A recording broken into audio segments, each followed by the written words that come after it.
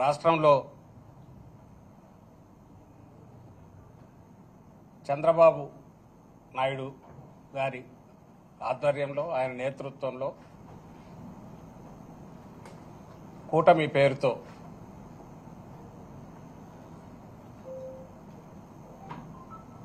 మొదలైన అరాచకపు నిరంకుశ మోసపూరిత పాలనకు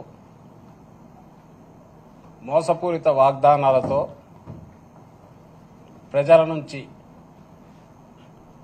ప్రజలను భ్రమలో పెట్టి ఆయన తీసుకున్న ఆ తీర్పుకు ఈరోజు జూన్ 4కు ఏడాది అవుతోంది. ఈ ఏడాది బహుశా ఇంత అరాచక పాలన గాని ఒక్కటంటే ఒక్క హామీ కూడా పూర్తిగా అమలు చేయకుండా అడ్డంగా ప్రజలను మోసం చేయడం కానీ బహుశా చరిత్రలో ఎప్పుడూ జరిగి ఉండదు. దాన్ని ప్రశ్నించకుండా గొంతు అనేది లేవకుండా భయోత్పాతం క్రియేట్ చేసిన స్టేట్ అంటే రాజ్యం స్టేట్ ప్రభుత్వమే భయోత్పాతం క్రియేట్ చేసిన చరిత్ర కూడా బహుశా ఎక్కడా ఉండదు. అది ఏడాదిలోనే ఒక్క ఏడాది కాదు, వచ్చిన రోజు నుంచే బహుశా దేశ చరిత్రలోనే కాదు ప్రపంచ చరిత్రలో కూడా అరుదుగా ఇచ్చిన హామీలన్నీ దాదాపు 99% దాకా 98% దాకా తొలి ఏడాదిలో పూర్తి చేసిన ఘనత జగన్మోహన్ రెడ్డి గారిదైతే, అలాగే వినూత్నమైన విప్లవాత్మకమైన వ్యవస్థలను సృష్టించి ఆచరణలోకి తీసుకొచ్చి తద్వారా రాష్ట్రానికి ప్రజలకు ఎప్పుడు ఏ పాలనలో కూడా 5 ఏళ్లకు ప్రజలు ఇచ్చిన మ్యాండేట్ ఏదైతే ఉందో ఆ పాలనలో చేయని విధంగా ఎక్కడా జరగని విధంగా జగన్మోహన్ రెడ్డి గారు మేలు చేస్తే నేను ఏడాదిలోనే ఏం చేయగలను అనేది చంద్రబాబు నాయుడు గారు చూపించారు. వాటన్నిటిని విధ్వంసం చేశారు. పెట్టిన పెట్టుబడి దాని మీద సామాజిక పెట్టుబడి కావచ్చు, ఆర్థికంగా కావచ్చు, అవి కూడా వృధా అయ్యేట్టు చేశారు. ఇంకో పక్క ఏడాదిలో ఎంత పవర్ చేతిలో ఉంటే దుర్మార్గంగా వ్యవహరించవచ్చు అనేది కూడా పూర్తి కాన్సన్ట్రేటెడ్ ఎఫెక్ట్లో అది కూడా చూపించారు. అన్నిటికంటే ఘోరం ఏమంటే ప్రజలను మోసం చేయడం. ఆ రోజు జగన్మోహన్ రెడ్డి గారు చెప్పారు, ఈయన ఏది చేసేవి కాదు, అమలు చేయడానికి అసాధ్యమైనవి. అవన్నీ చేయాలంటే 1,75,000 కోట్లు ఎంతో కావాలని ఆ రోజు లెక్క అయింది. దానికి కేవలం పథకాలకే. అది అసాధ్యమని చంద్రబాబు నాయుడుకు తెలుసు కాబట్టి ఆ అసాధ్యమైన హామీ చేసేటప్పుడు చిన్నది ఎందుకు చేయాలని అడ్డగోలుగా అసలు ఇంపాసిబుల్ హామీలు చేశాడు. ఇప్పుడు అది ఇంపాసిబుల్ అనేది తనే అంటున్నాడు. అది ఎట్లా అవుతాయి? కాదు కదా. దాని బదులు నేను సంపద ఇంకో రకంగా P4 ద్వారా అంటే స్పాన్సర్షిప్ లాగా ఏమన్నా తీసుకొచ్చి వాళ్ళకి మిమ్మల్ని కలుపుతాము, మీరు చూసుకోండి అని అంటున్నాడు. లేదా సంపద సృష్టించే ఇదేదంటే నా చెవులో చెప్పండి అంటున్నాడు. అంటే నా బాధ్యత లేదంటున్నాడు. తన బాధ్యత ఏది లేదంటున్నాడు. ఇంకా ఈ మధ్య కొత్తగా ఇవన్నీ ఎందుకు 29 కంతా అసలు పేదరికం 0 చేస్తాం కదా, ఎక్కడా ఉండదు, ఇంకా అందువల్ల అవసరమే ఉంది అని అంటున్నాడు. సో ఇంత మోసం బహుశా ఎక్కడా ఉండదు.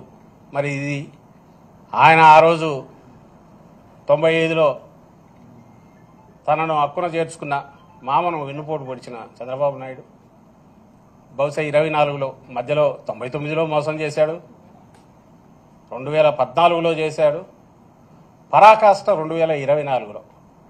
అప్పుడు కనీసం ఏదన్నా ఇది అమలు చేస్తాను, చేసే ప్రయత్నం చేస్తాననైనా చూపించడానికి, మభ్యపెట్టడానికి ప్రయత్నం చేసేవాడు. కానీ ఈసారి అది కూడా లేదు. బరి తెగించి అవును కుదరదు, ఏం చేస్తారని అడుగుతున్నాడు. ఈ మధ్య ఎక్కడో మీరు మాత్రం ఏం చేస్తారని రైతులను ఉన్న ప్రశ్నించాడు. నీకు అప్పు ఇంత ఉంది, ఇదైతే నువ్వు ఎట్లా చేస్తావు, చేయలేవు కదా అని. మరి అప్పు చేయట్లేదా? ఎందుకు చేయట్లే? ఈ 1,37,000 కోట్లు ఎంతో తొలి సంవత్సరంలోనే చేశాడు. ఎక్కడికి పోయింది తెలియదు.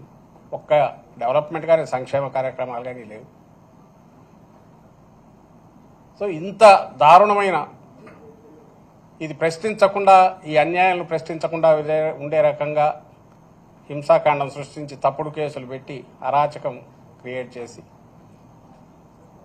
నా పాలన, దీనికి ఇప్పుడు ఆ రోజు మామకు పొడిచిన వాడు వెన్నుపోటు ఈరోజు రాష్ట్ర ప్రజలు 5 కోట్ల మంది ప్రజలకు వెన్నుపోటు అన్నాం కానీ యాక్చువల్ అయితే స్ట్రైట్ పోటే ఎదురుగానే నిలబెట్టి పొడిచాడు.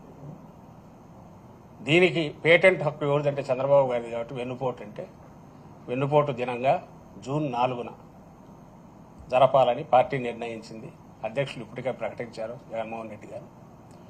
ఇది నియోజకవర్గ స్థాయిలో ర్యాలీల రూపంలో ప్రదర్శనగా వెళ్ళి అక్కడ ఉన్న ప్రభుత్వ ప్రతినిధులు ఎవరైతే ఉన్నారో అధికారులుగా నియోజకవర్గ స్థాయిలో ఎంఆర్ఓ కానీ, ఆర్డీఓ కానీ, జిల్లా కలెక్టర్లు కానీ శాంతియుతంగా ర్యాలీ జరిపి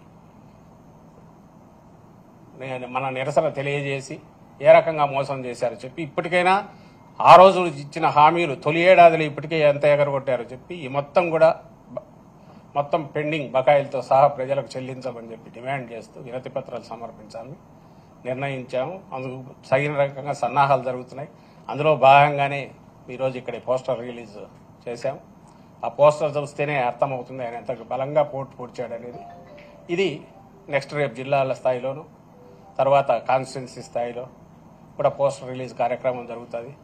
దీంట్లో పార్టీ నాయకులు, కార్యకర్తలే కాకుండా మోసాలకు గురైన అన్ని వర్గాల ప్రజలు వీలైనంతగా వాళ్ళు కూడా పాల్గొని ఆ గొంతు ఎంత బలంగా ఎలుగెత్తి నినదించాలంటే చంద్రబాబు ఆ దెబ్బకు కొంచెం ఆయన దిగి వచ్చి తాను ఇచ్చిన హామీలు నిలపకపోతే తన ఉనికికే ప్రమాదం, రాజకీయంగా తన ఉనికికే ప్రమాదం అనేది గుర్తించి ఇప్పటికైనా ఆ హామీలు నెరవేర్చాలనే ప్రెషర్ బిల్డప్ అయ్యే రకంగా అన్ని వర్గాల ప్రజలు పాల్గొనాలని కోరుతూ దానికి సంబంధించిన పోస్టర్ కార్యక్రమం ఈరోజు విడుదల కార్యక్రమం చేశారు. థ్యాంక్